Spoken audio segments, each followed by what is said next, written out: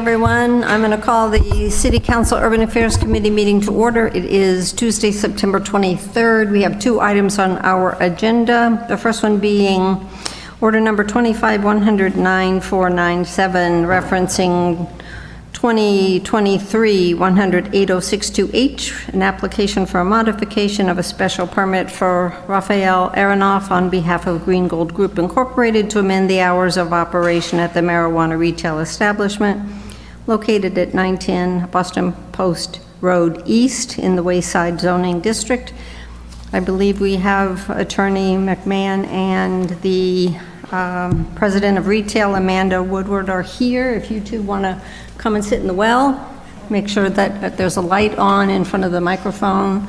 I don't know if you have opening remarks or if we just get into this. There are, oh, there we go. Okay. Of course. Thank you so much for having us here and continuing this discussion. As stated, we represent Green Gold Group at 910 Boston Post Road. With the move of Garden Remedies down towards the Apex Center, we will be the only dispensary on this side of town. And that really is the facilitating basis for our request. The hours that we originally had were inherited from our purchase of local routes, and they were in line with the hours of other facilities at that time. Both Green Meadows and Garden Remedies have extended their hours later in the evening, so we are seeking to do the same. But then another thing we are seeking to do is we've already started to see increased demand in the morning hours, is to ask to open an hour earlier in the morning as well at 8 a.m.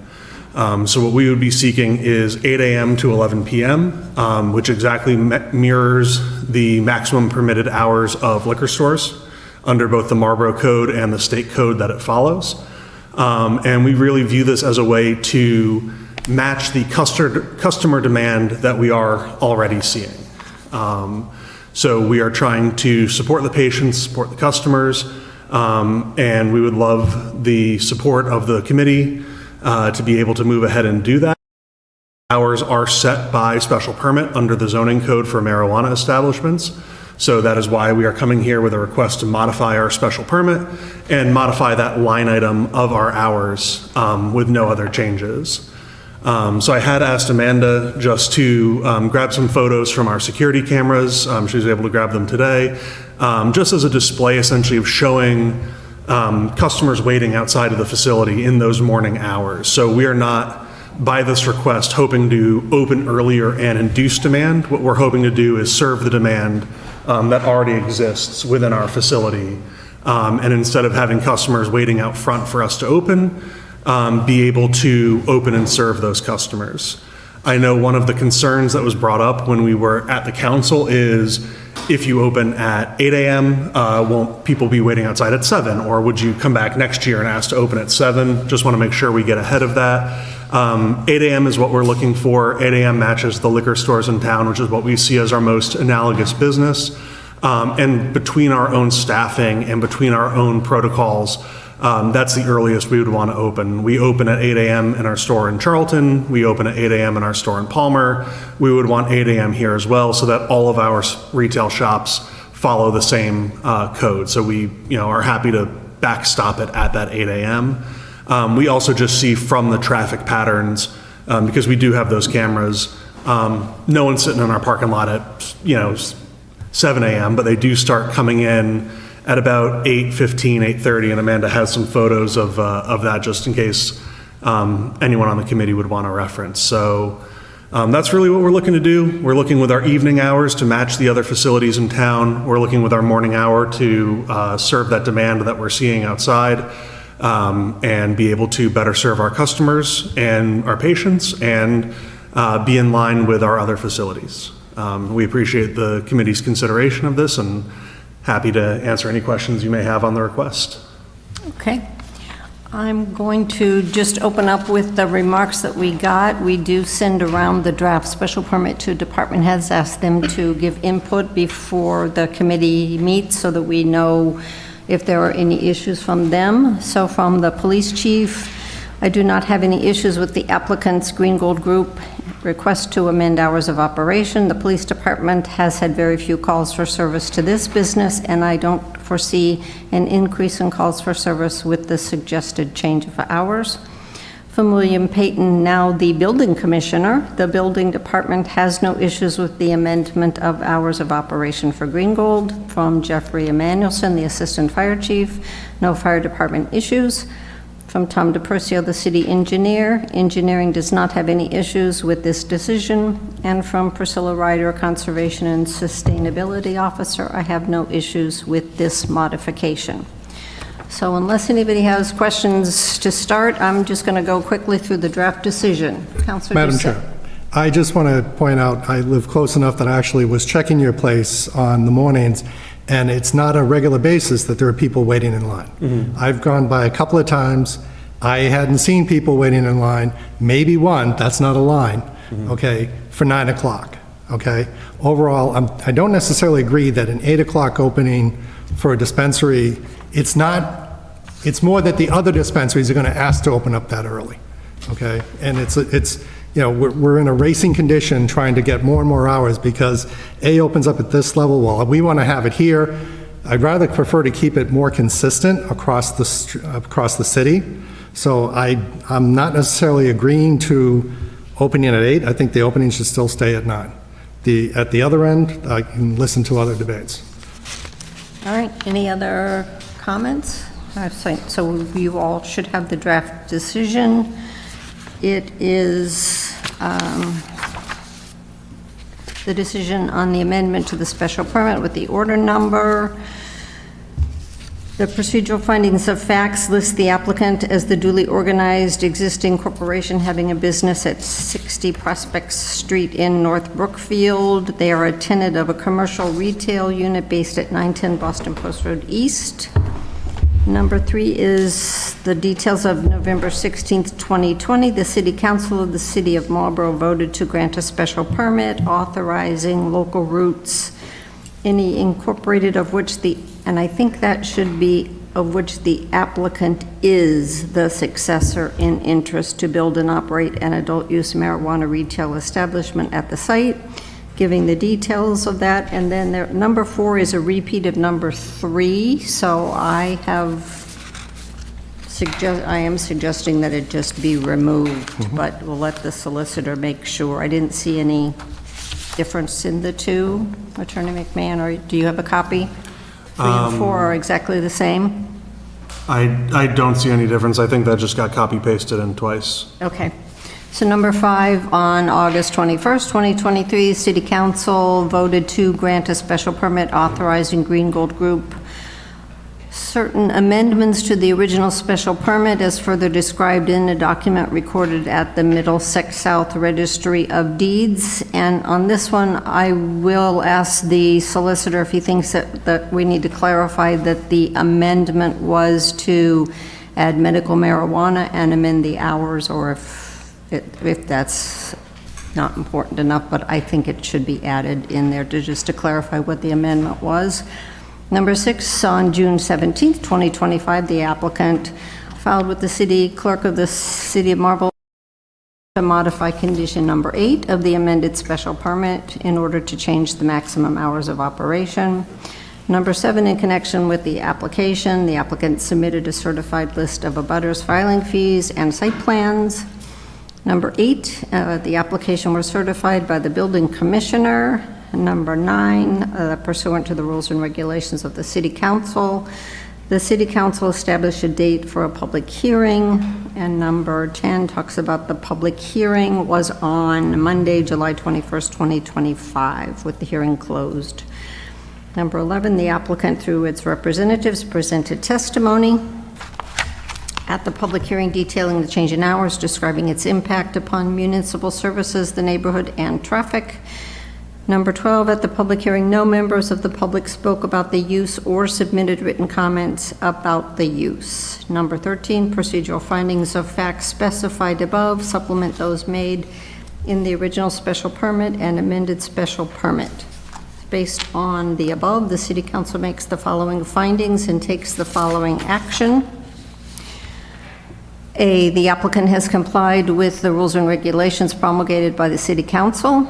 The City Council finds that the modified operating hours is an appropriate use and in harmony with the general purpose and intent of the zoning ordinance of the City of Marlborough when subject to the appropriate terms and conditions as provided in this decision and in the original special permit and amended special permit. The City Council makes these findings subject to completion and adherence by the applicant, its successors, and/or assigns to the conditions more fully set forth in this decision and the original special permit and amended special permit. Number C, the City Council incorporates by reference finding C in the original special permit and amended special permit, and D, the City Council incorporates by reference finding D in the original special permit and amended special permit. E, the City Council pursuant to its authority grants the application an amendment to modify condition 8 of the original special permit as follows. Number 1, by deleting condition number 8 in its entirety and inserting in its place the following. 8 hours. The maximum hours of operation of the use shall be Monday through Saturday, 8 a.m. to 11 p.m., and Sunday from 10 a.m. to 9 p.m. Madam Chair, I would propose to change the opening from 9 a.m. to 11 p.m. All right, let me finish this and then we'll go back and talk about amendments. Okay. All other conditions of the original special permit shall continue in full force and effect and are incorporated by reference as part of this decision. Going back to the deleting the current hours are 9 a.m. to 10 p.m. and the current Sunday hours are 10 a.m. to 8 p.m. And in your application, you stated you were not changing Sunday hours. Correct. We are not looking to change the Sunday hours. But it says from 10 a.m. to 9 p.m. That is a change. Is that a typo? What do we operate on Sundays now? I thought that's what we had on Sundays. It might 8 be p.m. 8 p.m. Oh, then we are. I'm sorry. That is a typo. I was under the impression we were open until 9. Okay. All right, so, Counselor Doucette, Yes. you So, are, I think, I do not think that opening up a dispensary at 8 a.m., and I don't think liquor stores open until 9, but I haven't had a chance to double check that in Marlborough. So I'd rather not have it opening at 8 a.m., but make it open at 9 a.m. And the I have 11 no p.m. idea. sounds awfully late, but I know we did check on how late they can be open, and that's 11 o'clock, but I don't know about, I'd have to go back and look at the email that we got from the licensed board secretary. So you are making a, motion to change the 8 a.m. to 9 a.m. so that it would be Monday through Saturday, 9 a.m. to 11 p.m., keeping the Yeah. additional, and then are you okay with 10 a.m. to 9 p.m. on Sunday? That's fine. Okay. So it's been moved and seconded that we change the 8 a.m. Monday through Saturday and keep it the current 9 a.m. Is there discussion? I saw Councilor Naben's hand up before, so I'm going to call on. Thank you, Madam Chair. I am in agreement with Councilor Doucette. I do think 9 a.m. Should be held as the time that they open. I do not have any concerns with opening an hour later. We've had this discussion before. Please just match them. So I'm glad to hear you're okay with the Sunday time being a 9 p.m. close, which is great. Please, let's just leave all these the same so we can stop having this conversation all the time. But I agree, I have some concerns about opening at 8 a.m. And I think making them parallel, I believe one of the earlier discussions was that it'd be open for patients. Drawing the parallel to the liquor stores, I think kind of muddies that argument a little bit, but I believe that these should be opening at 9. So, thank you, Madam Chair. All right, Councilor Fratello? Thank you, Madam Chair, and thank you folks for being here. I do support opening at 8 a.m. During the weekday through Saturday. Right now we have this as a case-by-case basis, and so you folks have come to us and let us know that you have people staging. I know you guys have photographs. I know, there's some dispute there, but even if it is one person, two people, I want you guys to be successful in your business. I'm not here to hinder your business. So, personally, I have no issues with opening an hour earlier, right? I think you know, a 1 hour difference here. That's what we're debating. I personally see no issue. I know the police chief said he has no issues with what's been presented, right? There have been no concerns to the police department. I wouldn't think that opening an hour earlier in the morning would even cause concern. It's not going to cause traffic issues. You know, if anything, folks will have an opportunity to stop in on their way to work, you know, during the week or something like that. And, you know, for those reasons, I would not be in support of the amendment. Thank you. Thank you. Councillor Ossing? Thank you, Madam Chair. I would not be in support of the amendment either. I think the hours that they've presented are reasonable. I want to keep them functional. I want them to work. If they can bring more business to Marlborough between 8 and 9, you're going to need a school here shortly. We need revenue, folks, just to remind you. So I would highly recommend that the amendment not be passed, be withdrawn, and we approve as submitted the hours listed by the applicant. Thank you. All right, is there further? Councillor Preciado? Thank you, Madam Chair. I am also in support of the hour change from 9 to 8. It is only an hour, and I think when you compare your business to a liquor store, it kind of disservices your business a little bit. You're not there essentially to provide recreational products. You're there also to provide medical products. So just for that reason, I would support that. But I would also support standardizing these hours for the rest of the shops as well at some point. Thank you. Good luck with that. Councillor Orm, do I see you have a hand up? Thank you. Yes, I've been listening to you on WMCT-TV, and thank you for being here. And I will agree with the last two councilors that spoke of trying to get these hours standardized so that's the same for everyone. So I would have no problem if everyone's following the same hours, and hopefully we can match that with your request. Thank you, Madam Chair. Well, currently, everybody's not the same hours. Currently, Garden Remedies is 9 a.m. to 11 p.m. Monday through Saturday, 10 a.m. to 9 p.m. on Sunday. Green Meadow Farm is 9 a.m. to 11 p.m. and 10 to 9 on Sunday. Green Gold is 9 a.m. to 10 p.m. Monday through Saturday, and 10 a.m. to 8 p.m. on Sunday. And VD Natural is 9 a.m. to 10 p.m. Monday through Saturday, and 10 a.m. to 8 p.m. on Sunday. Thank you, Madam So Chair. we tried having a standard, and it did not succeed, so now we've let people come in as they see fit, pay their filing fee to change, and change again as it suits them. So it's really up to this body or a future body to either make a standard or to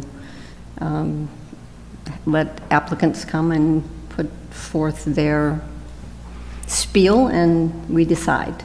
And Let's Madam see. Chair, if I may, just one other Yes, I'm comment. sorry. Thank you, first of all, for that information. It appears 11 o'clock might be becoming a standard in the evening. And at the same time, I would like to see that we treat those hours no different, as mentioned by Councilor Navin, as we do the liquor stores. Thank you. I think Councilor Navin mentioned that. If not, it was this group here. Thank you. Councillor Vidal? I'll get back Thank to you, Madam guys. Chair, and thank you guys for coming in today. There are business constituents in my ward, so I support what they have. But what I do, on a personal note, from a councilor, I support it. From a personal note, I'm becoming an expert on the do's and don'ts of hours for cannabis retailers here in Marlborough. I believe I've only been here not even 2 years, and I think this is the third or maybe even the fourth time that an hours have to get adjusted.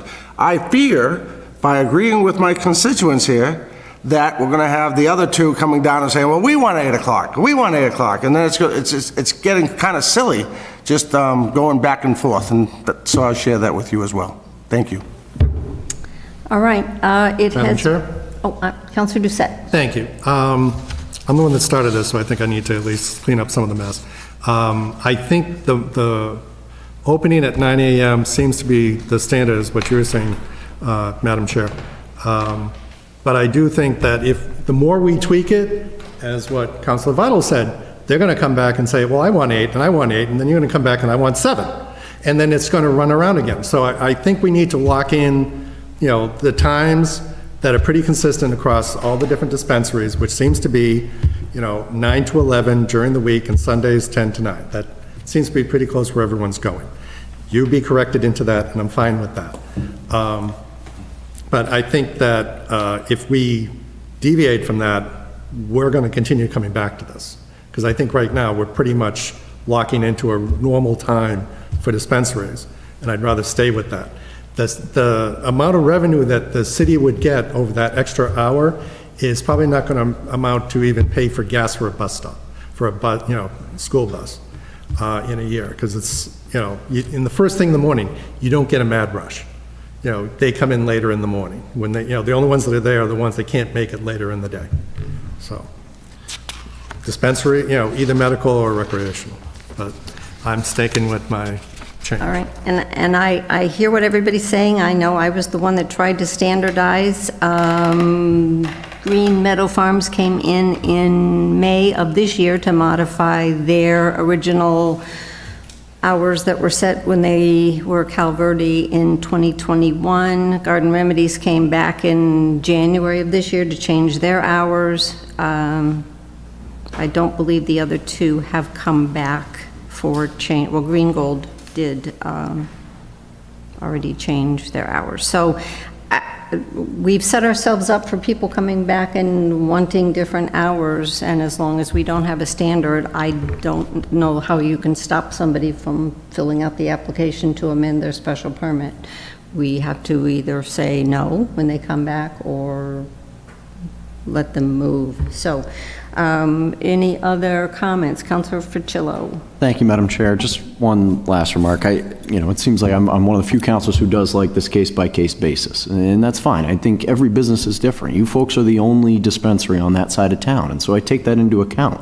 You're definitely going to have different folks driving from that side of town on that portion of Route 20, and so for that reason, there are going to be subtle differences.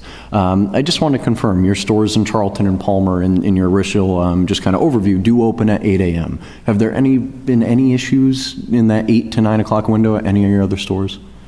I've seen a positive change. Right, and so go ahead.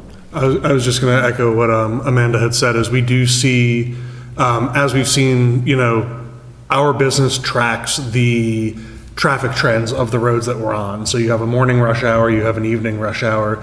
Those are our busier periods. And then the 11 o'clock catches people who are working second shift, that 3 to 11 shift essentially. So we have a morning spike as people are out doing their morning errands after they drop their kids off at school, or if they're working at night on their way back. Our midday period is a little bit slower, and then we see an evening pickup.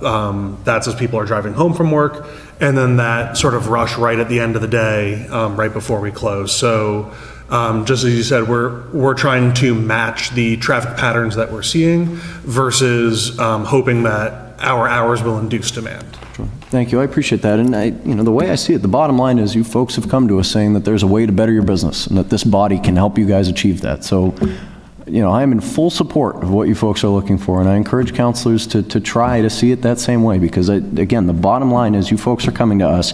You've done it at 2 of your other stores. You're asking to do it here. It works in those communities. I don't see why there is any issue with opening at 8 a.m. Thank you, Madam Chair. All right, there is a motion on the floor to move to amend the hours to keep the current Monday through Saturday 9 o'clock, increase it to 11 o'clock from 10 o'clock, and then to have Sunday from 10 a.m. to 9 p.m.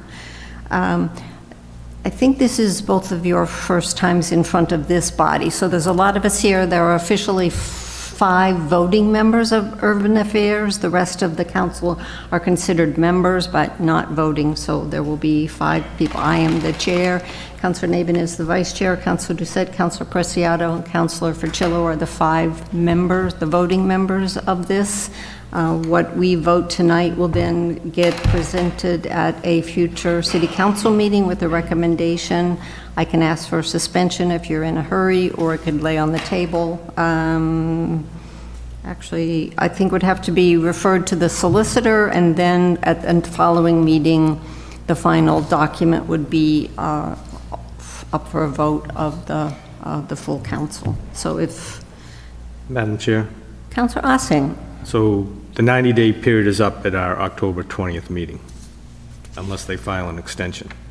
Okay, oh, I was going to look that up today, and I totally, so we have October 6th and then October 20th. So if I can report it out on the 6th to refer it, it could be on the 20th's agenda for a decision of some sort.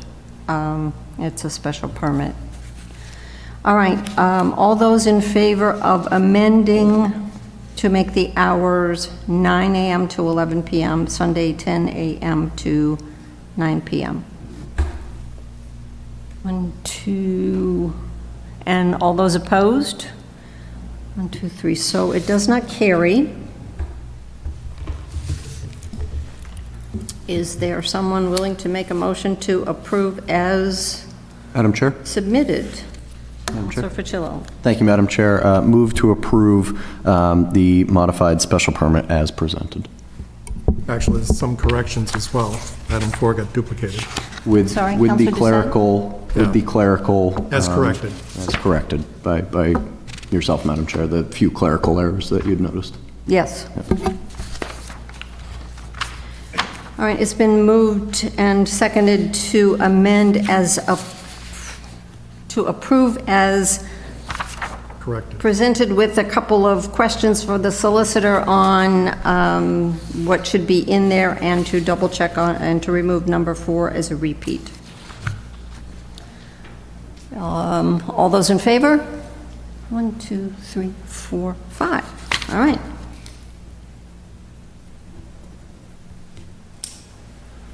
Thank you all for your indulgence in that. So this will be reported out. As I said, I'll move to suspend so it can go to the solicitor. He can check over my questions, the document, make sure it's in legal form. The hours will be as you submitted them, and it'll be a full council vote then in the future. Excellent. Thank you so much. Thank you. All right, thank you. Give them a couple of minutes to get their things. Thank you. Thank you so much.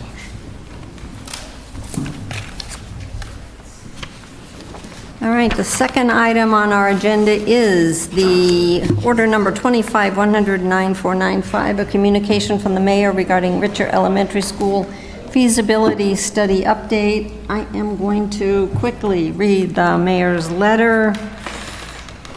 Dear Council President Ossing and councilors, over the past year, the city has continued to make progress on the Richer Elementary School feasibility study. This process has included the formation of a school building committee, the appointment of Vertex as the owner's project manager, and the selection of a designer, Lamero Pagano Associates and Architects, to guide the project through its initial phase of the study. The feasibility study follows a structured process outlined by the Massachusetts School Building Authority, which includes several key phases. The preliminary design program phase involves developing the educational program, an initial space summary evaluating existing building conditions, outlining site development requirements, and the preliminary evaluation of alternatives. The next phase, the preferred schematic report, refines the evaluation of the site and existing conditions, confirms enrollment projections, conducts a final review of design alternatives, and identifies a preferred solution. Finally, the schematic design phase includes development of a design, traffic, and environmental assessments, geotechnical and code analysis, ADA, MAAB compliance review, sustainability goals, detailed room data sheets, and construction cost estimates. This culminates in the determination of a total project budget and submission of the maximum reimbursable grant to the MSBA. This update is being provided to the City Council as part of our commitment to transparency throughout the Richer Elementary School feasibility study process. An attached bound informational packet includes additional details for your review. Vertex, our OPM, is available and would be happy to attend a future council meeting or a public forum to answer any questions you may have. That letter was written in June of 2025, and we all received the bound packet. Now tonight, we have Vertex and we have Lamero Pagano Associates with us. There are multiple people here, so I know Chris and Christine and Chris want to come up and do the presentation. I'll let you introduce yourselves. We do have the superintendent of schools here with us, and some other people from both Vertex and LPA. I am a member of the school building committee and have been involved in the working group that has also been meeting. We also have Ted Scott, who is also a member of the school building committee. Thank you, Ted, for attending. So I'll let you start with the presentation of some new material, and everybody should have received another packet of the slides. Thank you, Madam Chair. As part of the packet, we provided some background information about the overall process that has to do with the MSBA.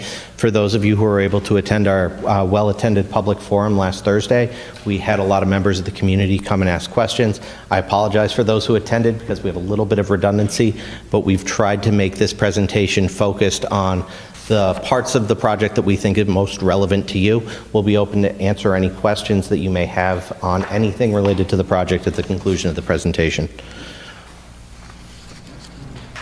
What we want to talk today is just to talk about some of the key decisions that have to be made in terms of the schedule related to the MSBA process. We want Excuse me, Madam Chair, can we have an introduction of the folks who are up here?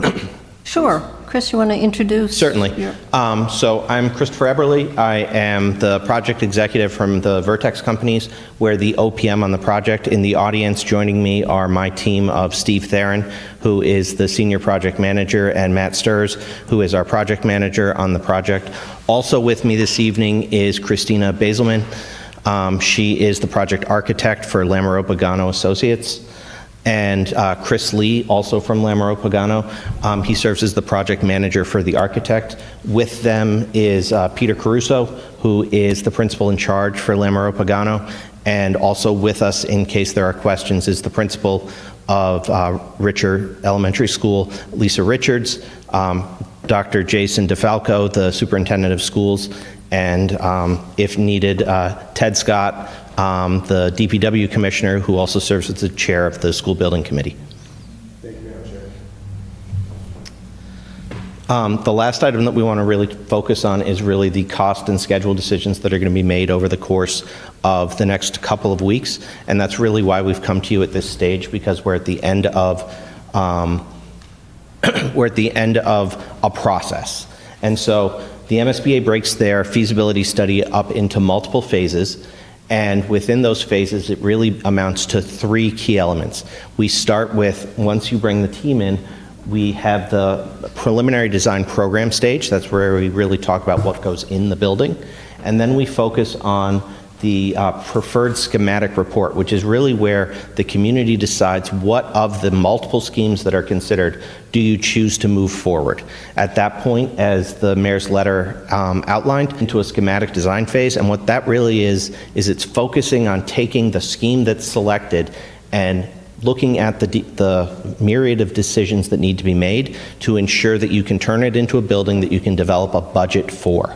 And we'll come back with that construction process, that budget, as well as an outline of the building that's proposed, and that'll really dictate what we will ask of the full committee to select at the end of SD. At the end of SD, you will be selecting a budget and choosing to fund that full budget. For that, the MSBA will review the information and offer you a maximum facilities grant based on the budget that you propose to them.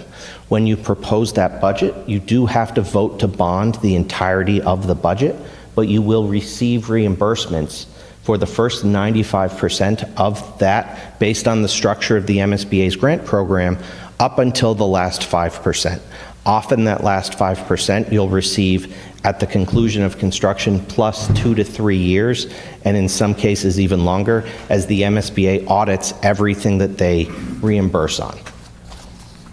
That will move you into really the meat of design and construction documents, where you'll spend about a year deciding the building exactly as you want it, developing it within that budget that you've approved, and then you'll move into documenting that, which we expect to conclude sometime around the end of the summer in 2027.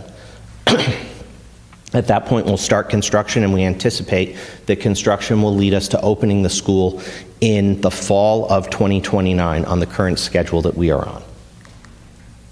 With that, I'll turn it over to Christina to speak about the process that we've gone through. Thanks once again, Christina Basilmans with Lamoureux Pagano Associates Architects. This here on the screen is a summary slide to kind of show you what we've been up to for the last several months. The first course of action along the top was to work closely with the school and district to establish the educational program and the educational plan. And so that allows us to get an idea of the key adjacencies, the sizes of the spaces, and the size of the building that are going to be needed, that is going to be needed to support a 950-student elementary school. And the second one on the second line, we at the same time completed an evaluation of the existing buildings and the existing site.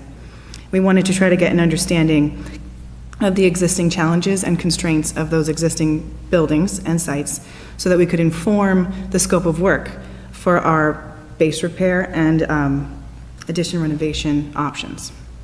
And the last line along the bottom just kind of outlines our exhaustive site search. We also took a look at over 130 sites, 10 acres plus west of Route 85, and we're able to whittle that down until we were eventually only left with a handful of parcels as a potential, that would act as a potential alternative site for the Richer Elementary School. And so one of the first questions that always come up is why can't we just repair the existing building? And this is, as Chris indicated, very much required as part of the feasibility study, and we have analyzed it in great depth with scopes of work and cost estimates. The base repair would be costly and disruptive, but the most important piece of the puzzle here is that the base repair cannot provide that additional space that is required to support the 950 student enrollment. And as you'll hear from the district, that is one of the most critical goals of the project and really required to address overcrowding throughout the district in all the elementary schools. So the second frequently asked question is, well, why can't we just add on to the existing building? And so that's also required to review, to be reviewed as part of the analysis. And we did review how we could potentially add on to and renovate the existing building. And unfortunately, that came in to be more expensive than new construction. And then most importantly, it ended up being a longer construction duration. So it was a longer period of time that we would be disrupting the existing students and staff in the existing Richer Elementary School, which was not a desirable feature. So for that reason, that was somewhat eliminated kind of early on. So, clicking, there we go. This on the screen now is just a high-level overview of the options that we've considered and the working group has kind of dismissed in some ways. So the first one I mentioned was the one that's called BR, that's base repair. That can't accommodate the additional enrollment, so we kind of took that one out of consideration. Then we have the AR options, which stands for addition renovation options. And again, we mentioned those ones came in as more expensive and more disruptive to the existing school. And then along the bottom, the three along the bottom are new construction. So NC stands for new construction. 1, 2A, and 2B is what we are considering kind of some different configurations of the building on the existing site. And we've whittled that down to be just the one option, new construction 2A, on the existing site, which is the most compact and efficient option that we were able to come up with. Now, at the same time, we did not forget about the alternative sites. We've been whittling down the alternative sites as well, to the point that we are just down to one option on an alternative site, which is called New Construction 6, NC6, which is a new construction at the Forest and Ames site. So today, what Chris is going to walk you through is these two options that are still on the table for the working group. So the new construction on the existing Richer site and the new construction on the Forest and Ames site. And I'm going to turn it over to you to... Thank you, Christina. Again, my name is Christopher Lee. I'm a project manager with Lamoureux Pagano Associates. No formal decision has been made, but these are the trending items that we're looking at in terms of all the options. To jump right into it, there's only one location within the existing site to accommodate the size of building we're looking at for 950 students, and that's down the hill on the fields. Now, for context, what you see in gray is the existing building, and that's 65 feet at the pinch point.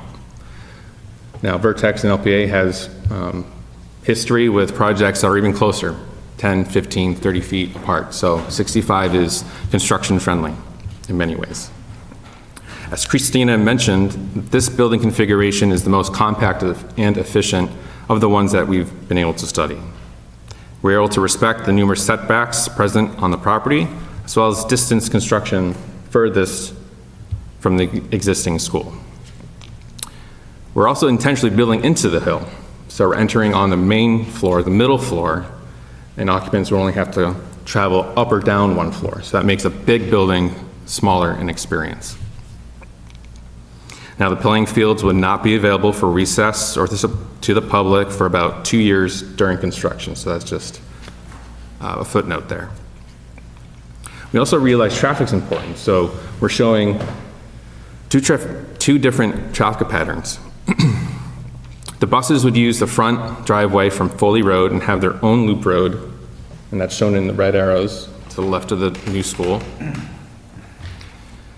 Parents could, now current codes and emergency responders require a ring road around the school.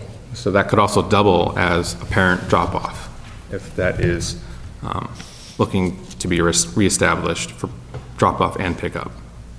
It would start on Ripley Avenue, circle around what is shown in gray as the existing building or the new location of fields and playgrounds, and exit back the way they came.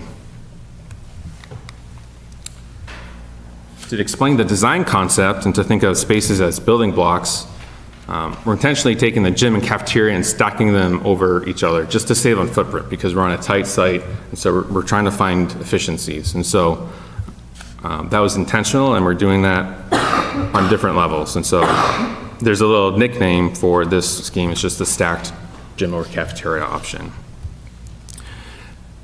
To locate kids where they are the most in their classrooms, we're putting those around the entire perimeter of the school, and then putting support and shared spaces in the middle. And to make those spaces desirable and have daylight and views, we'd endeavor to have skylights and light wells to make the spaces equally daylit.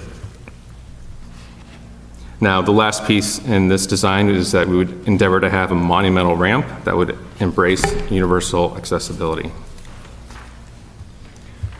What you see on the screen now are the preliminary plans to prove out that concept, and you can see the number of light blue rooms around the perimeter. Those are classrooms around some of those shared spaces in the middle. We're locating kindergarten and first grade on the main floor, and that is to the left. On the lower floor would be the fifth graders, the cafeteria, music rooms, mechanical, and cluster of custodial spaces. On the top floor are 3 grades, second grade, third grade, and fourth grade with innovation labs and art rooms, just to name a few.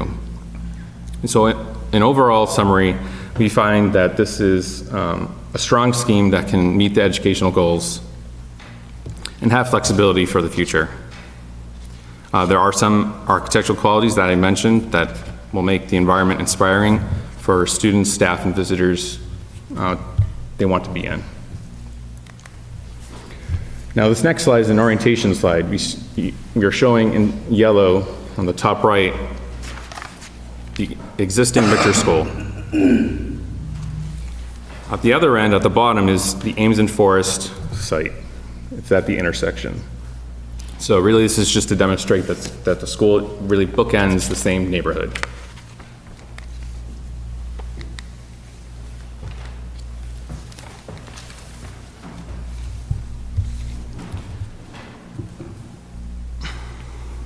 So despite being a new location, it's nearby and familiar. It's a smaller site, but with less restrictions, so we're able to better utilize the site. There's 2 access points, one off each Ames and Forest Street.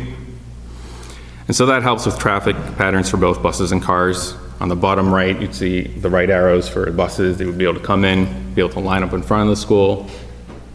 Possible pattern for parents, they could come off Ames Street, circle around the perimeter of the site, and exit the way they came. And this is one of the few options that would able to onboard the site with all the projected traffic or cars required in a queue for really pickup, because drop-off's rolling typically. The parking is also co-located well with the location of fields for after-school community use. And to explain this design concept is really a separation of public and private. We'd endeavor to have all the public spaces, your gym, your cafeteria, your media center type spaces clustered together near the main entrance, and then have more conventional classroom wings or private spaces kind of shooting off of that. And so you'd be able to lock those off in concise points. And this just so happens to take an L-shaped configuration. What you see is the preliminary plan for the main floor. This would also be kind of that split level configuration, entering the main floor, be able to go up or down one floor. Kindergarten, first grade, again, are located here. And this also has strong opportunities to meet the educational plan. It's just a lot more flexibility on the site to reconfigure things. So these really are initial concepts. What you're seeing would likely change just a little bit as we continue to meet with teachers and the school to refine the program. To look at the upper floors quickly, there are just 2 grades per floor. Take that over, please. Second and third grade would be on the lower floor. 5th grade and 4th grade would be at the upper floor, each with their own support type spaces. Next slide, please. And so the last slide I have to share with you is just the evaluation criteria. We did this twice, once for the first phase, and are revising the set of criteria for this phase. And so location in the district is paramount. We're considering is the area, whether it's on-site or off-site, suitable for a school. All those traffic considerations feed into that first criteria, location within the district. The second criteria is the ed plan. We're trying to accommodate a larger enrollment. The space is needed to support that program. And so there are a number of items there that feed into that second criteria. Site and facility goals as well, both operationally, kind of temporary during construction, but also long-term. What are all those factors that would also feed into criteria number 3? And the last 3 are really just about construction scheduling cost. And I think Chris is going to elaborate on those in the next few slides. So to give you a quick primer, there's 2 methods of procuring construction, 2 primary methods of procuring construction in Massachusetts. One is to design the entire building, to receive a bid, and to move forward with construction. The other one is to hire a construction manager earlier in the design process, and they provide you with a service. That opens up a couple of avenues that really affect schedule. They're allowed to procure certain portions of that construction ahead of time, and that allows to accelerate certain parts of the schedule. And there's really a key difference between the 2 sites as it comes to consideration of how you would procure it. For the Richer site, it would be the bottom schedule, because when you're talking about an occupied construction, you really want a contractor who is working for you as a service. You really want to have the flexibility to adjust to things as they need to modify their site limits, or as they need to change times to react to things that are affecting the education of students. It really provides an opportunity for them to work together as a team. And we brought members of the school building committee to one of our sites where we have a CM, so they could see what that interaction was and hear from the staff at that location about what that interaction is. Now, there is a cost premium that you pay, and when we estimated the various sites, there was roughly a 10% cost premium for going forward with CM at risk. Now, it is still possible on the top to open the building at the same time if you're pursuing that design, bid, build approach. And so we recommend that approach on the Forest and Ames site should the city be able to acquire that site. It's really the ability to open at the same time, but you no longer need the extra 8 months to prepare the site to receive a building project so close to children, and also the time at the end to demo the existing building and finish the project that would be going under that existing building. So that was the recommendation that we made and how we reflected the cost pricing. The SBC did a thorough evaluation of the site, and when we do this evaluation, we really try and do it from a relative evaluation approach. We don't think what is the best possible site. We talk about the sites that we're considering and how one is more advantageous than the other.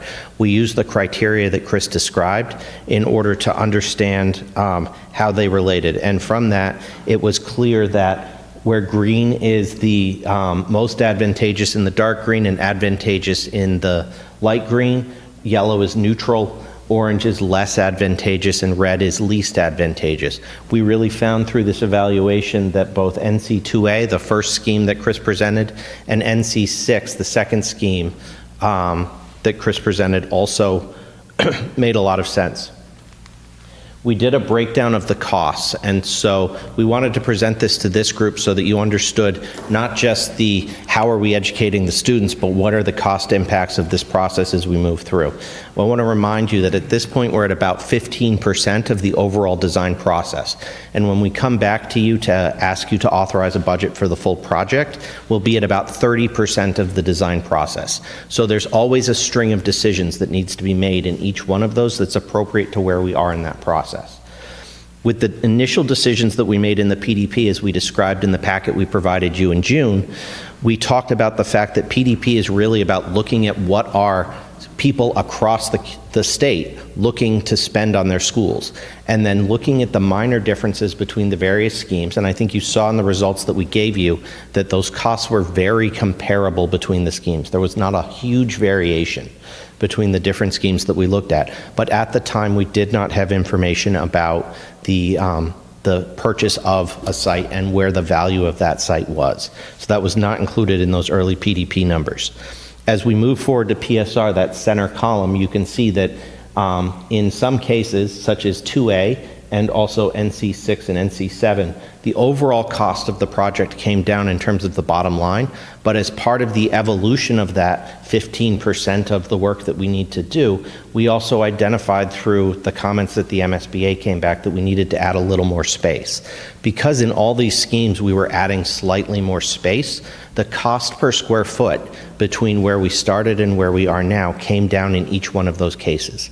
Now, we're only a short way into the overall estimating process, so we're still talking about the building in terms of per square foot numbers, but with the difference between these two stages is we also begin to talk about exterior. We begin to think about it as a 3D volume, and we estimate it as such.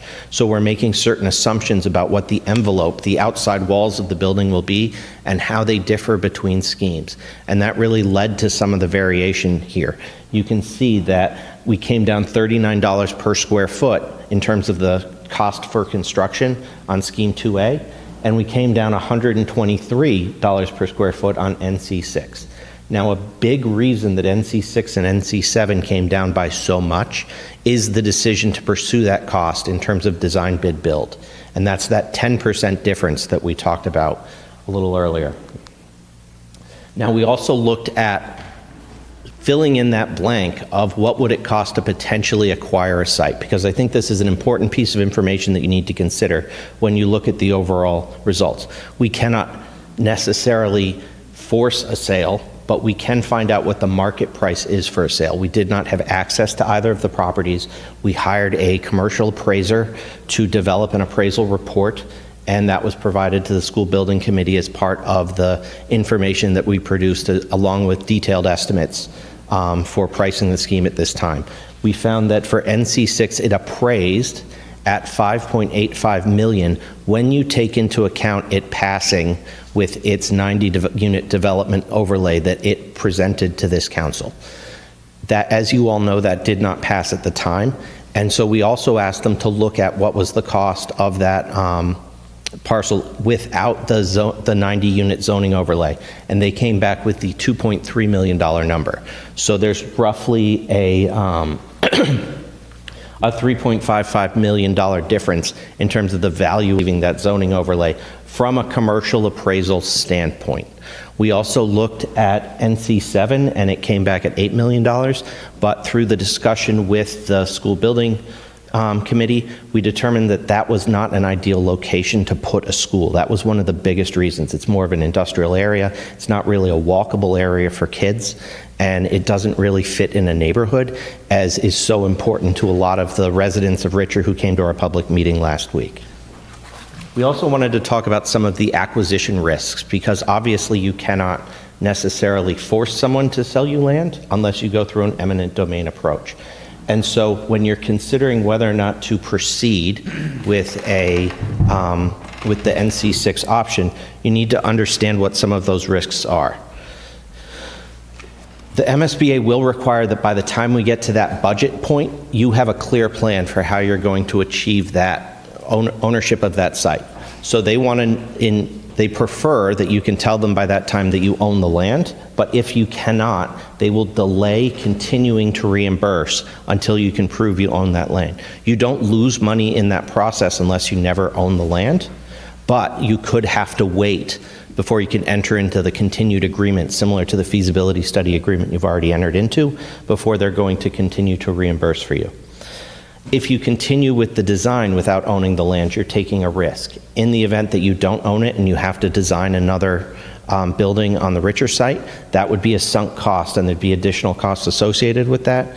But also, if you decide that you want to pause, there's costs with that. We're seeing about 3% construction escalation, and so you're talking about, with the numbers that we got, about $5.2 million annually for that delay. In terms of just the price of construction continuing to increase.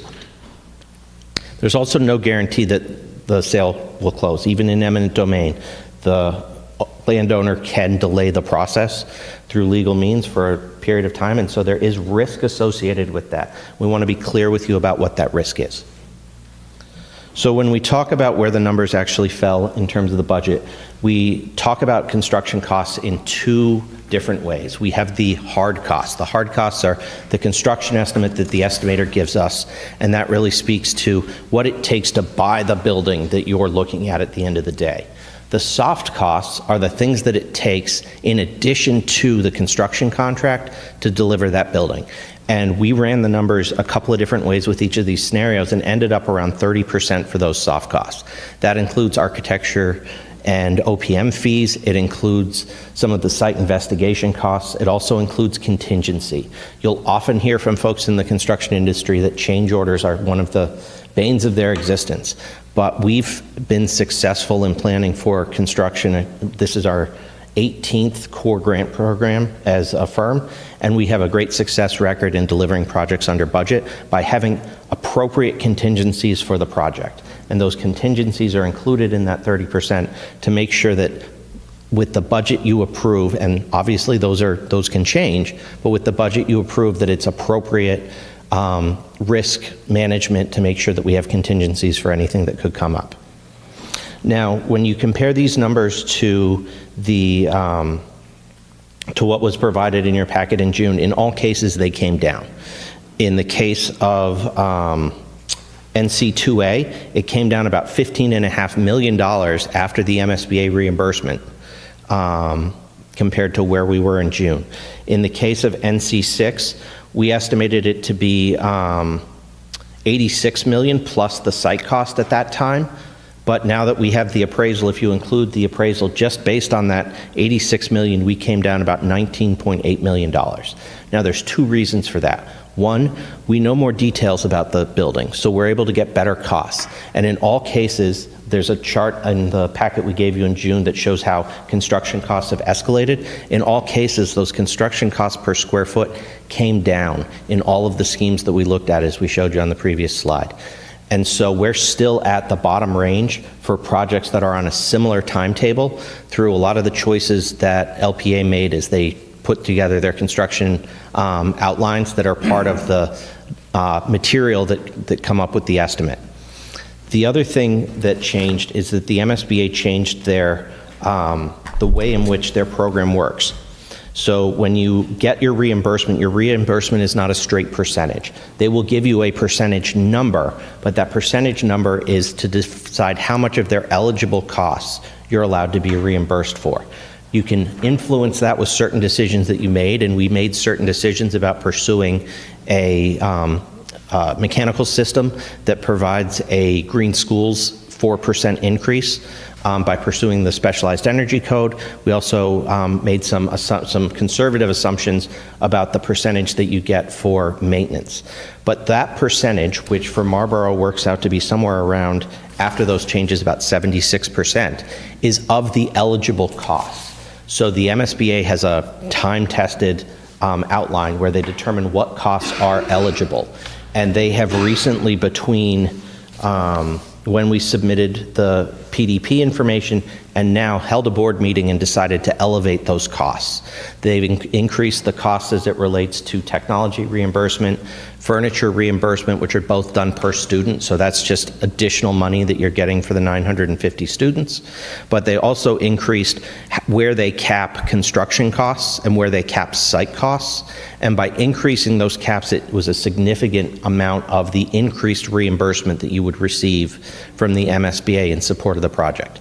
Now, when we talk about reimbursement at this level, you have to understand that we've made 15% of the decisions, and we have to make the same amount of decisions in the next 6 months that we've already made over the last year to get to that budget.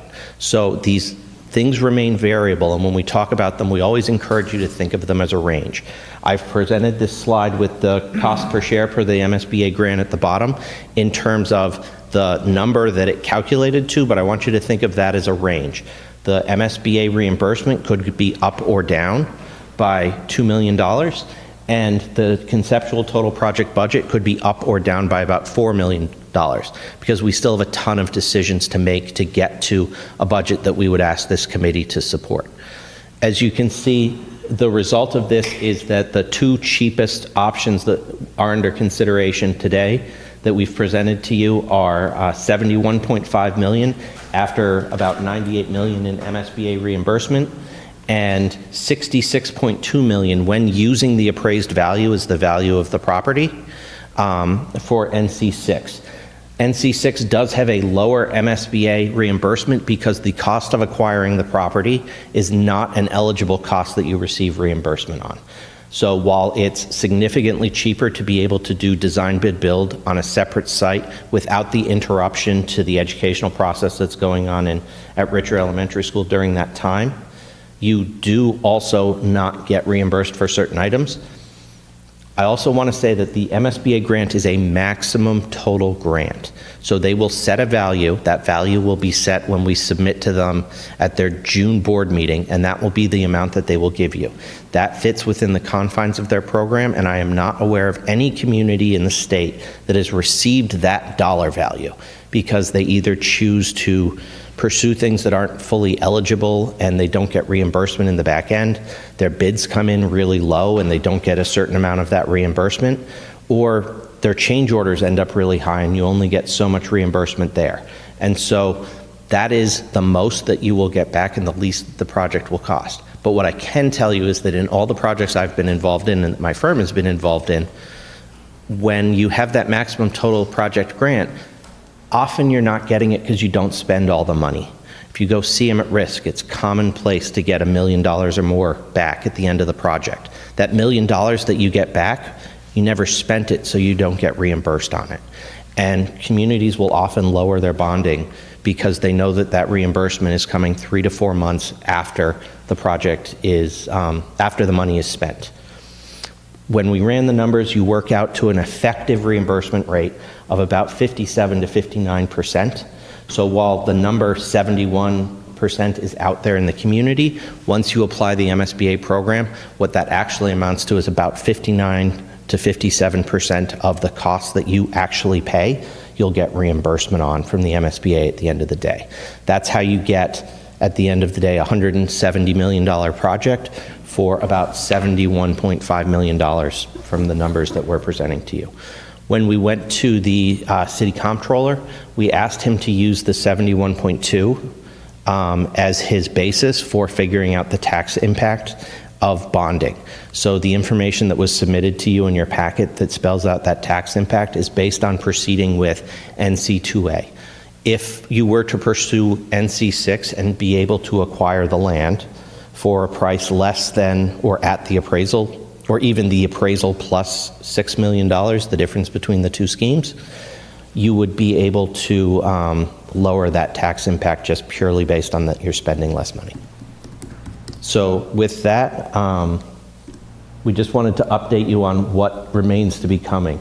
The School Building Committee will be meeting next Thursday to choose a scheme that will move forward. We'll be talking about the evaluation that we had. We'll be talking about the dynamics of all the costs that we presented, as well as the impact to education. Then we'll be coming back to your joint meeting with the school committee because the MSBA requires us to. The MSBA system creates a school building committee, and so they ask them to choose the scheme, but they also ask that both the school committee and the government body in the city of Marlborough, the city council, votes to endorse the choice that the school committee makes. They do that because they want to show that the community is on board with moving forward with a project, and so they do ask that the governing body endorse the decisions that are being made related to the project. So Chris, I have an issue with that. Okay. What you just said was the school committee makes a decision, and then we endorse it. No, Go ahead. it's the school building committee, not the school. That's not what he said. I'm sorry, I He said misspoke. school committee. The school building committee makes the choice, and then the school committee and the city council endorse that choice. So- I apologize if I misspoke. It's okay. I want to be clear. This is a city council. I am uncomfortable with the school committee, with the city council taking action without the school committee making their recommendation. All right? My personal opinion, it should not be in a joint function. Just my opinion. We'll see how it goes. I haven't had the mayor knows where I'm at, but there'll be more discussion on this. But I just want that out on the table, that we should hear from the school committee, not the building committee, the school committee, what they're looking at, and we can factor that into our decision. Making that at the same time, I don't think is because we will not be in control of the meeting. The meeting will be facilitated by the mayor. It won't be a city council meeting, and that's taking away the city council authority, my opinion. Thank you, Chris.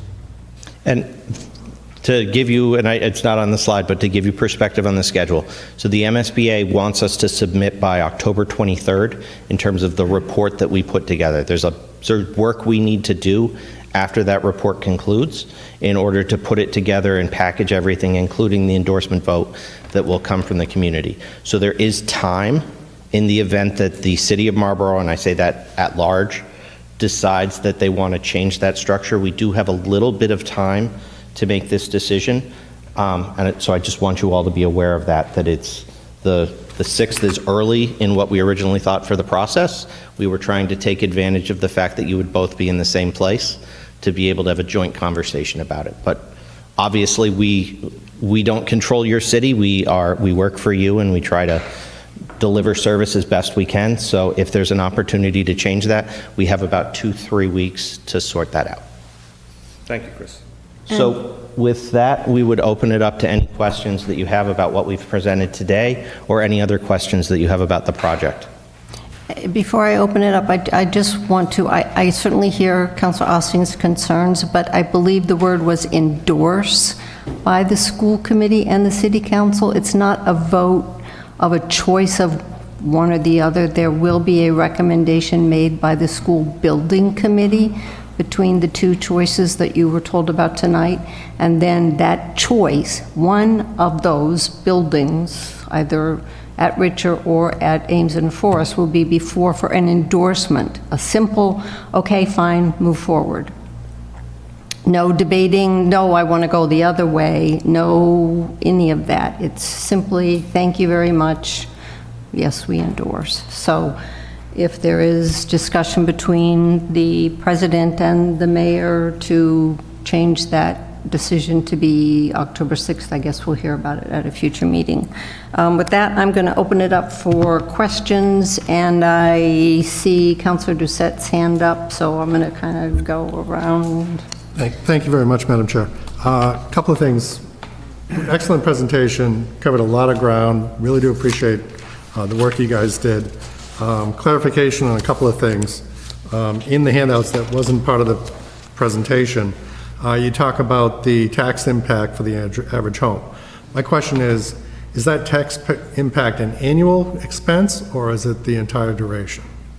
My understanding, I don't know if the mayor wants to clarify, but what my understanding is that they based it on a 30-year bond, and the average tax impact that we presented to the citizens at the public forum last week was the average tax impact of $219 over the course of 30 years, just annualizing it as a mean. So it is an annual amount? It's not annually increase, it's in addition to whatever your tax impact is now. Yeah. You would have an extra $219 on that each year. Yeah. You would not Until the bond is increase- over. It wouldn't compound.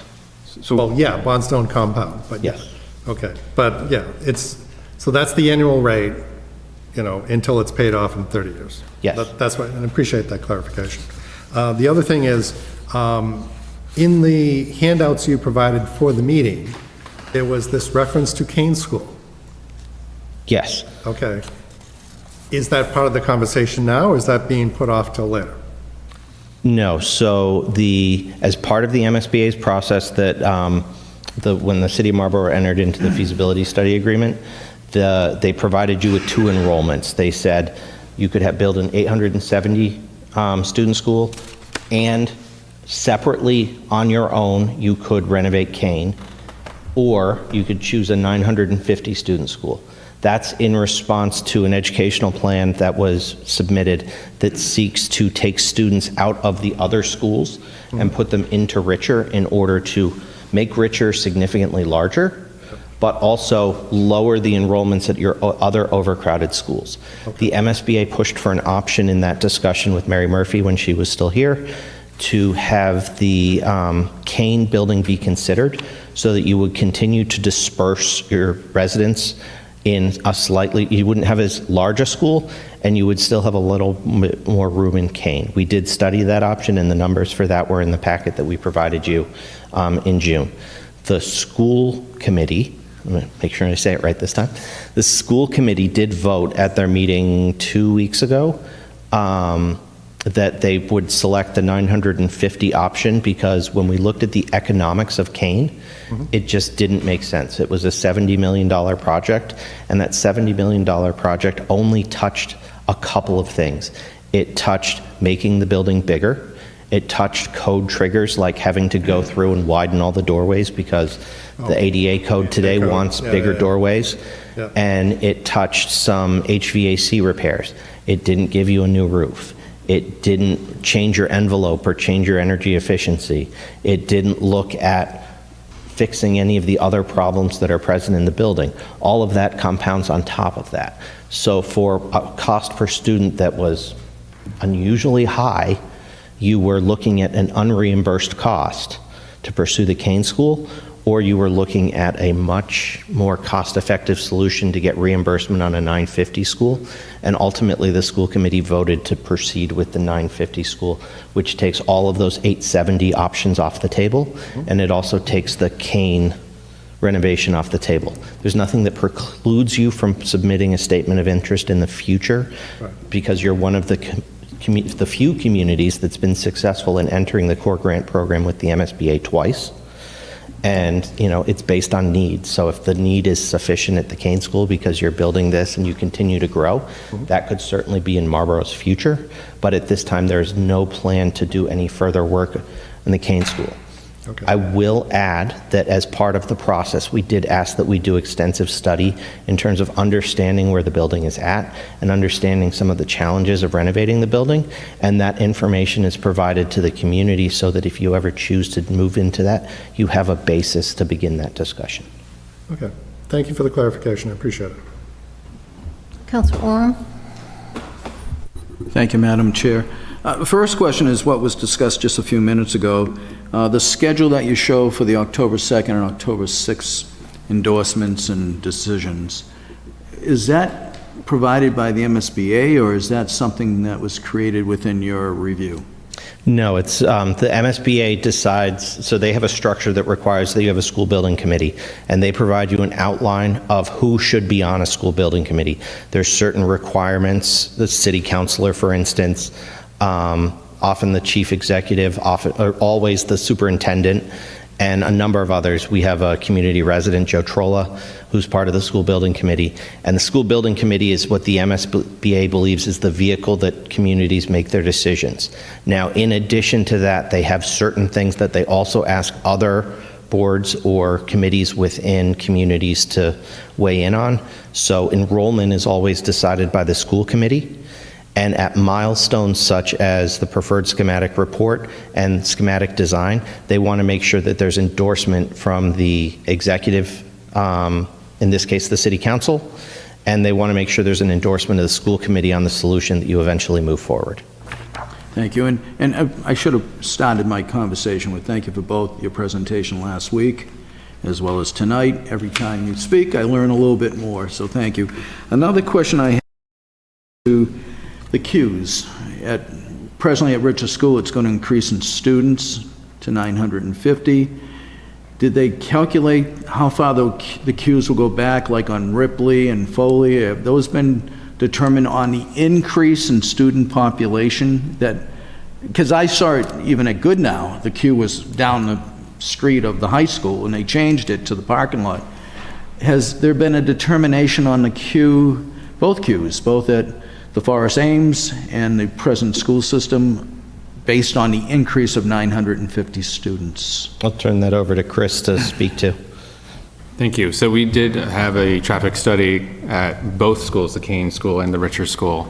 And so from the information gathered at those times, we were able to project a certain number of cars to be about 70, which is an increase from what you have now because it'd be a bigger school.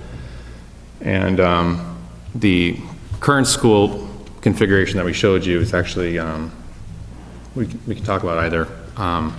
We'd be able to accommodate most of the queue. I think we estimated about 64 cars, and the neighborhood would have to absorb the balance, which it can do. It's not a main artery road, so I mean, take that for what it is.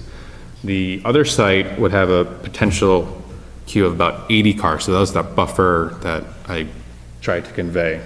So be able to onboard the site with all the parents plus a little bit, if it were done in this way. And there's probably a couple of ways it could be done, but this seems to maximize the space. Maximize in respect to less cars out on the street? Correct. Streets, I should say. Thank you. And I appreciate that because it's helping me to understand the impacts. You did a great job showing many of the impacts, the disruption, if it's the present school. The cost is a very concerning part of my review, and I'm sure all the city councilors are looking at cost. You know, when we can save a few million and have a better site, it projects a good situation as we as councilors are always making decisions on money and taxes, as was mentioned just the last meeting. But the one thing that concerns me, and I may have to refer this to the mayor, is we may need legal counsel. Unfortunately, we're in a situation where we are being presented by the owners of Forest and Ames a second attempt for a special permit. For me to make a decision one way or the other, what is the legal consequences if we are being presented, and I would not ask of you, you're not involved with that, but maybe that we should seek legal counsel to see how that interacts and interplays with our decisions moving forward. That's something for the mayor. Maybe he can get legal counsel to address how we handle a present request for a special permit in the area that you're suggesting, which is Ames and Forest. A couple other quick notes. I mentioned the pickup. Like I say, you did a good job on that. The disruption concerns me. My feeling, my personal, well, not personal, my opinion as a city councilor is I'd like to see as least amount of disruption to the students as possible, and that they get the best product that we can provide. And it seems like the less costly approach appears to be the one. And I don't, you know, I've had kids. To lose your playing fields and recess and being inside for 2 years, that I would ask the school committee, what's your opinion on that? For me, I wouldn't want to see my kids without playing fields. That really is a real concern of mine. And again, I would ask my fellow councilors to move forward with the school committee, work as a group, work as a team, and make sure we get a decision before October 21st. Thank you. Anybody else with questions, comments? Counselor Irish. Thank you, Madam Chair. Good evening, Chris, and thank you for even last week's session. Refresh my memory, last week you mentioned is that the cap from the MSBA, it's 71% reimbursement or 70%? So the easiest way to think of the reimbursement from the MSBA is basically think of it like a bar graft. And so you've got a bar this big. Yes. And that's how much your project costs. And so if that works out to, say, $700 a square foot, they're only going to give you, make sure I'm giving you the right number, they're only going to give you 678 of that as eligible costs. So whatever that percentage is, you're only going to get it on that 678. So everything you spend above there is unreimbursed, essentially. Now, they apply a similar format to OPM fees. They cap that at 3.5% of construction. The designer fees are capped at 10% of construction. The site work, they've recently upped that to 12 from 10 in the past, but they also have a dollar cap associated with that. When you apply all those caps, it takes a cost that's this big and it squishes it down to what's reimbursable. That's what they apply the percentage to. And that's how you go from that 71 down to what's essentially 57 to 59. Thank you for that clarification. Thank you, Madam Chair. Anybody else? Councilor Vital was... Counselor Vital. Thank you. I have a number of concerns. First of all, if we go to a new site, I'd like the mayor to be able to come back to this council and talk to us about what we're going to be planning with the existing Richer site. We don't need another building where we need a new roof and a new boiler 5 years from now and not utilizing it properly. That's number one. Number two is that the numbers that you presented, did they include demolition costs of the existing Richer school? Assuming it goes on site, and then the demolition costs, and does it also include the cost of putting new fields in, new playgrounds in, and all the additional cost of just getting that back up to an elementary school area?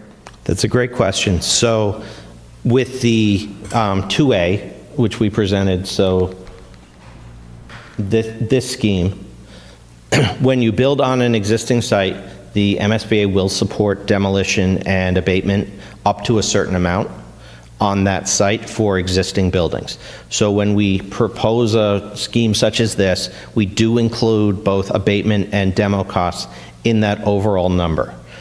If we were to move off-site, generally when we're proposing an off-site such as NC6, we would not include in that budget demolition and abatement. That's one of the factors that makes the NC6 number so much lower than the NC2A number, because demo and abatement is not included in that. And if it doesn't directly relate to the education on the site, the MSBA won't support reimbursement for that, which is why it's often a separate number. That being said, we have had communities decide to build it into your total project budget, and there's nothing that prevents you from doing that, but it would not be reimbursed.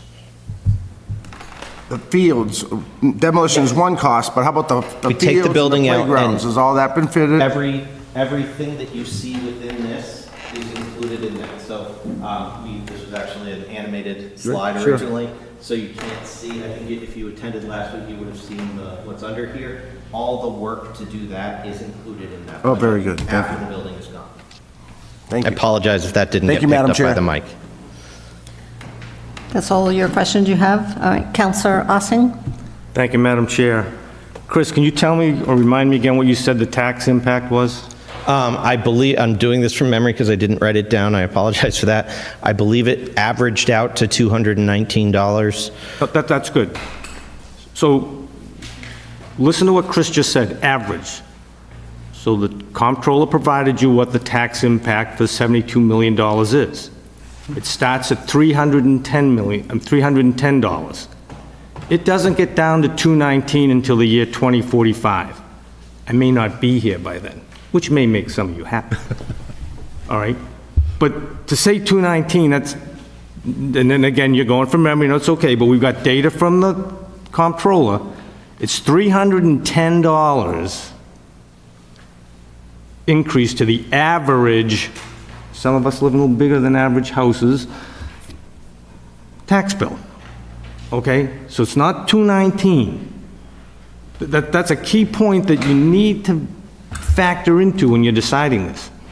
And to get all juiced up over, quote, the lower cost of the Ames and Forest, I will remind you, as you heard in executive sessions, assessed value and what their appraisals are not what we're going to be paying for these places.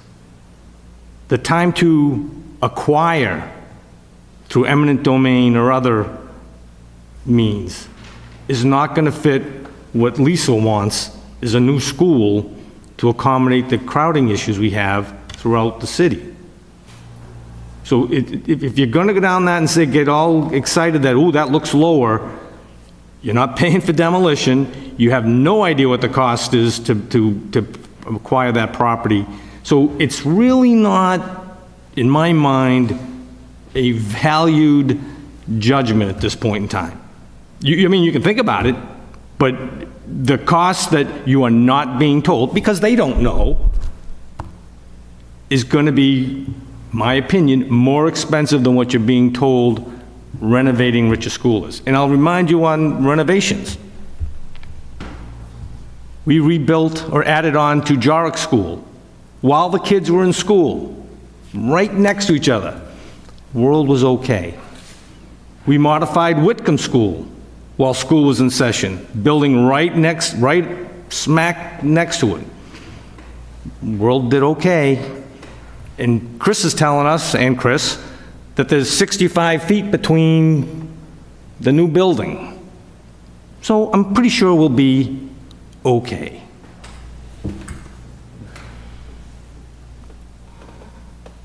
Chris, are there any, in our Good Now school, as we went through the process, we ended up picking a model school, saved $10 million, cut a significant amount of time off the schedule.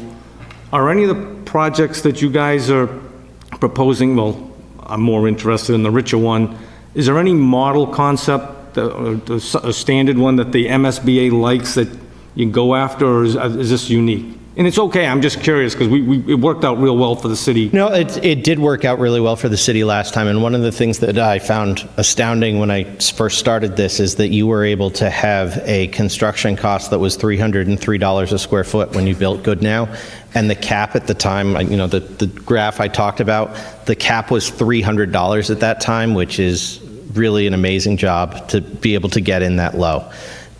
Now, model school has changed slightly since that time. Okay. At that time, they offered you additional reimbursement, which they have since sunset, so that's no longer available. Okay. You are able to negotiate down design and engineering fees by 4%, but the real challenge here comes down to amount of available land and amount of program. I reviewed this actually this morning because I anticipated this question, and there is currently in the published list of model schools, one school in the bank of schools that they have that fit the model school program, a Wareham school, and that is large enough to fit the enrollment, but it's a two-story school that's spread out wide. Yep. I think it would be challenging to adapt that school to this and maintain a lot of those model elements. And in discussion with LPA, and obviously LPA has their own perspective because they'd be the one that would lose out if we go with someone else's model school, as was the case with Good Now. It's difficult to see the model school working. Now, the city of Marlborough... And I'll stop you there, just to not take everybody's time. I'm good with it. I just didn't know if that three-story facility was something that was replicated somewhere else. If it isn't, I'm good. I don't believe that. Because I know you've got the constraints you have for that facility. I get it. I understand that. The hill and the wetlands make it very challenging. Yep. If I could just add, LPA does have a school within the enrollment. There's an extension, or like a 20%. I think you're short by 2. By. Okay, we're short by 2 students, but... You can go on MSBA's website and look at all their model schools. I did that last night. None of them had an elementary school of 950. So there weren't any elementary schools that fit. There were high schools, but they are configured completely different. So- And again, I'm good with the answer, Madam Chair. I just want to know if there was one, did you consider it? And I got my answer, so I'm good. You can always say that you're interested in the MSBA looking at it as part of your PSR, because in both cases, it appears that we are selecting a new construction scheme. But in that case, the MSBA would do an exhaustive search over the next, basically, late October, early November, and come back to you with what they think might work. And you could consider it as a community based at that time. At that time, you'd negotiate, what would change as a result of proceeding in that way. But it's an option that's on the table to get the results back. But we, in our view, independent of LPA, don't believe that any of the options fit well with the way that your educational plan lays out and the way that the site offers opportunities. And I'm good with that, Chris, that's fine, thank you. And so last one, just for the counselors, so again, $310 to the average tax bill, year one. And if you go with a fire station at 35 million, it's $142 to the average tax bill. So I want you to think of these as we're moving, because they're all gonna come into play, and then we gotta figure out how we're gonna pay for them. Is it reduced budget? Is it approved projects? You all gotta decide. Or is it just taxpayers open your wallet? I'm not a big fan of that portion of the program. All right, so I just set the tone so you understand there's a lot of money being out, and I'm looking for a similar effort to want to spend it to how to recover it or reduce budgets. Thank you, Madam Chair. I saw a hand. Councilor Doucette. Thank you very much, Madam Chair. I agree a lot with Councilor Ossing as far as the price differences between NC2A and NC6. There's a lot of hidden costs in the new construction. The demolition here, I completely, we don't know, as far as negotiation goes, how much this property would cost the city, and also, as far as time frame goes, how is the schedule going to get delayed because of negotiations or lack thereof with purchasing this new, purchasing the location. So if we're going to have problems getting the location, I think that NC6 might have to get dismissed, because in the long run, it's not necessarily cheaper. That's the way I see it. The price difference is small enough that it could be overwhelmed very easily with the increase in cost, or figuring out what we're going to do with the school before, after, as part of demolition, because the state won't cover demolition. If we go with the new school in the same facility, the demo, chunk of the demo cost would be covered, which is a huge advantage for us. So I do think that even though on paper, this might be a little bit more expensive, I think in the long run, it's going to have more savings for the city. The other thing I want to say, just because I've been observing construction issues over the last couple of months, is the price of construction is dropping significantly. The phrase is that the price of wood is collapsing, because there's a whole bunch of construction going on, but for lack of a better term, a lot of people are planning a wait and see for doing their construction projects. So they're not doing any new projects, and that is causing an impact in the supply chain, because there's not as much demand for it, without getting into more details than that. So I think, there was a drop of $15.5 million down to 71.5. That's a hell of a drop. That's like 20%. Okay? In how much time? A couple of months? If I could address that specific. So, and we spoke to this a little bit in the document that we gave you in June. So we measure that against an average of construction costs in the state. Right. So it's based on assuming that, like, wherever that average falls times how big the building is, and that's how you get your number. Big reason that the construction came down is not that costs came down. What we've actually seen is that costs are not dropping, but leveling out. We're seeing a lot of cases where you're seeing big savings because they were predicting escalation that would be significant. And it's not that it's not de-escalation. It's not that the price is dropping. It's just that it's level where they thought it would go up. Mm-hmm. And so we're seeing it that escalation is not meeting the expectation that folks set for it at the time that the budget was set. So we've within my own firm, we had 18% lower than the budget, but because you set it at the end of SD, and then you spend a year to a year and a half designing the thing, you're assuming what that cost is going to be a year or two from now, and if you don't hit that number... Based upon prior trends, yeah. And so at the time, because of where things were at, where COVID was at, there was still an expectation of 5 or 6% escalation. I think anybody who goes to the grocery store knows that we went through a period of really significant inflation, and it's not going down, but it is in some cases moderating, and construction is no different. So what we based the estimate on this time was not an average, but it was looking at the particulars of the individual schemes. Like, I would speak to this versus some of the schemes that were dismissed. Because it's such a tighter, compact box, it has less surface area around that exterior, and every square foot of that exterior adds to the cost. So a lot of the price variation between 2A and 2B and NC1 really had to do with, you've got to build an extra courtyard, or you've got to build extra exterior walls, or this bumps up in this way.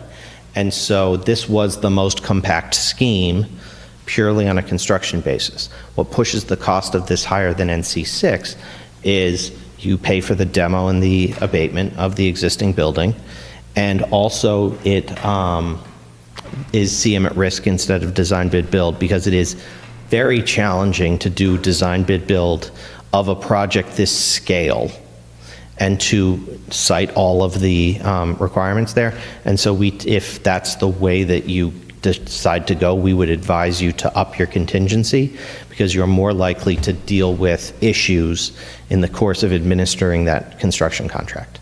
Okay.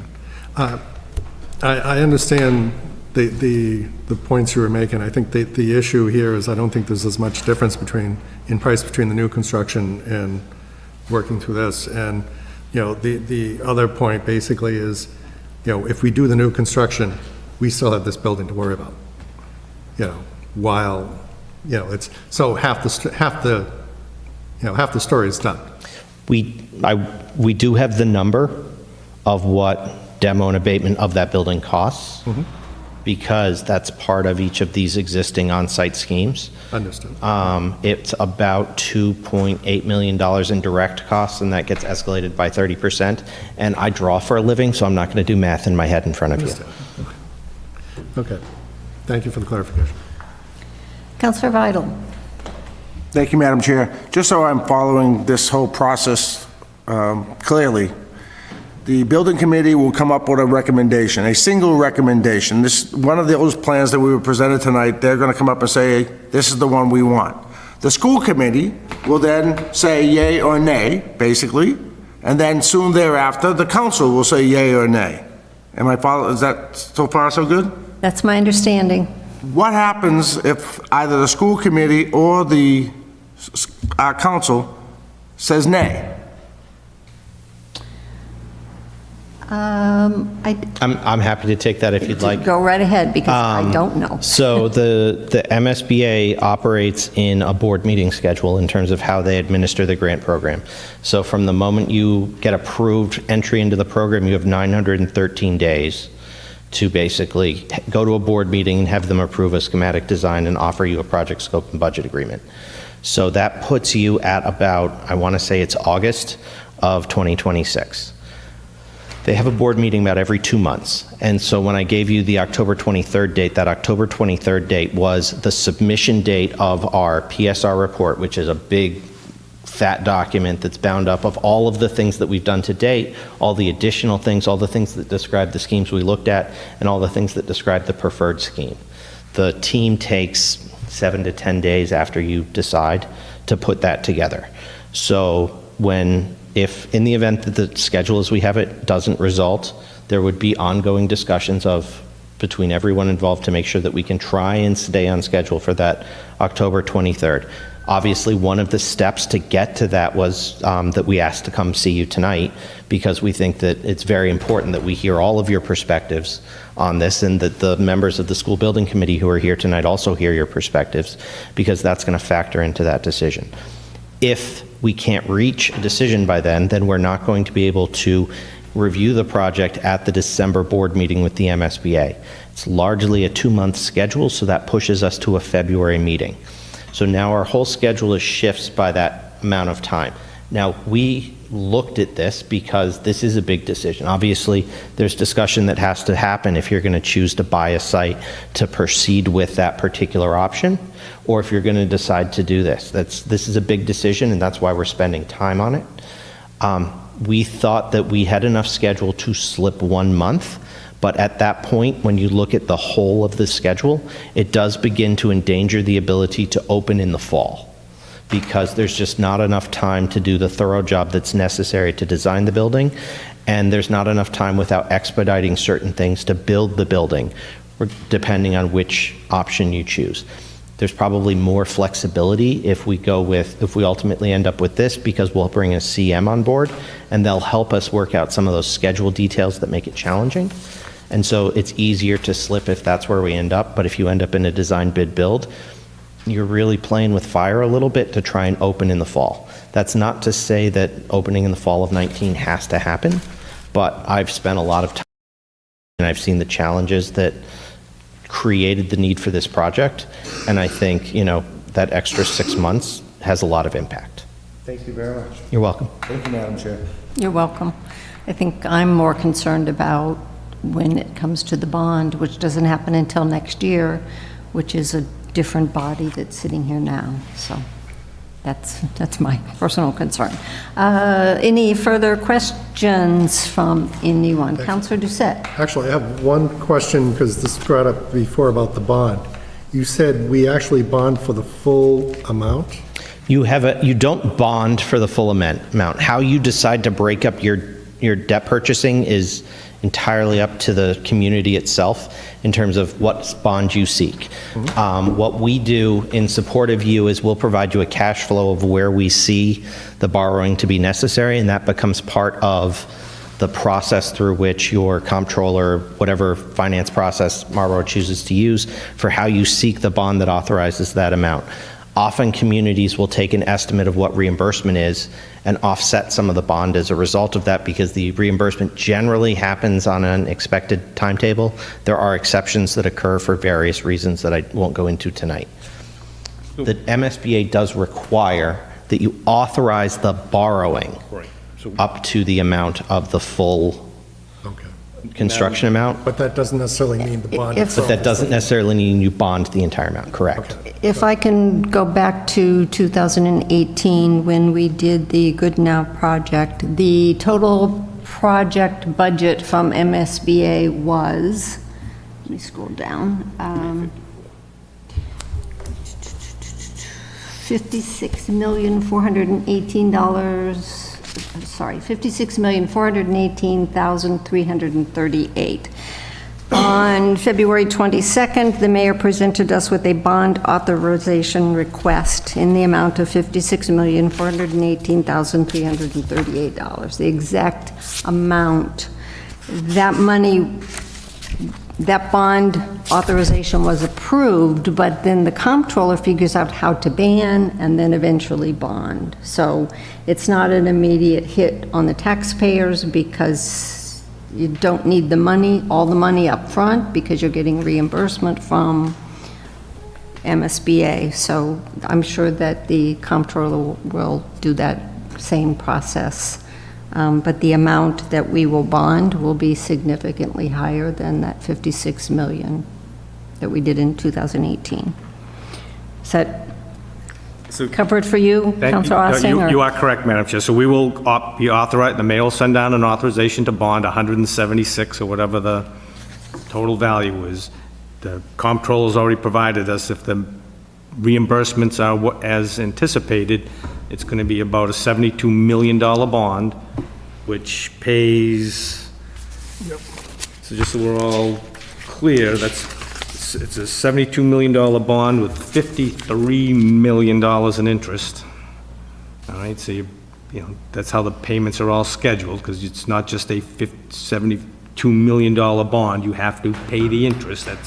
I don't buy my house for X dollars. It costs X plus all that interest. It's a lot of money, but that comes out to, right now, we're anticipating $310 to the average tax. And so the average one, if you live in a $594,000 house, you would expect to see your, and there's a lot more that goes into it, right? Because this is just the bond. We could be reducing other things in the budget. You know, who knows what it's going to look like, because that's 2-3 years down the road. But just bonding that amount of money is $310 to the average single-family home. Does that help? Okay.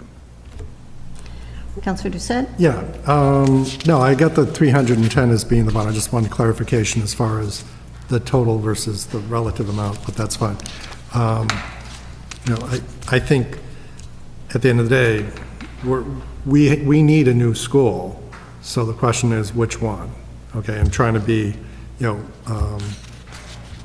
trying to make the right decision for the best, providing less value for the community is what we're here for. So, thank you for the clarification. All right, anybody else? There really isn't action by this body. There's no recommendation of any kind. This was really informational so that we would all understand what was going forward. So I think an appropriate motion would be to just file this. Motion to accept and place on file? It's been moved and seconded to accept and place on file the data that we received back in June and the new information tonight. So discussion? All those in favor? 1, 2, 3, 4, 5. Okay. Motion to adjourn? It's been moved and seconded to adjourn. All those in favor? 1, 2, 3, 4, 5. So we are adjourned at, I'll call 9 o'clock.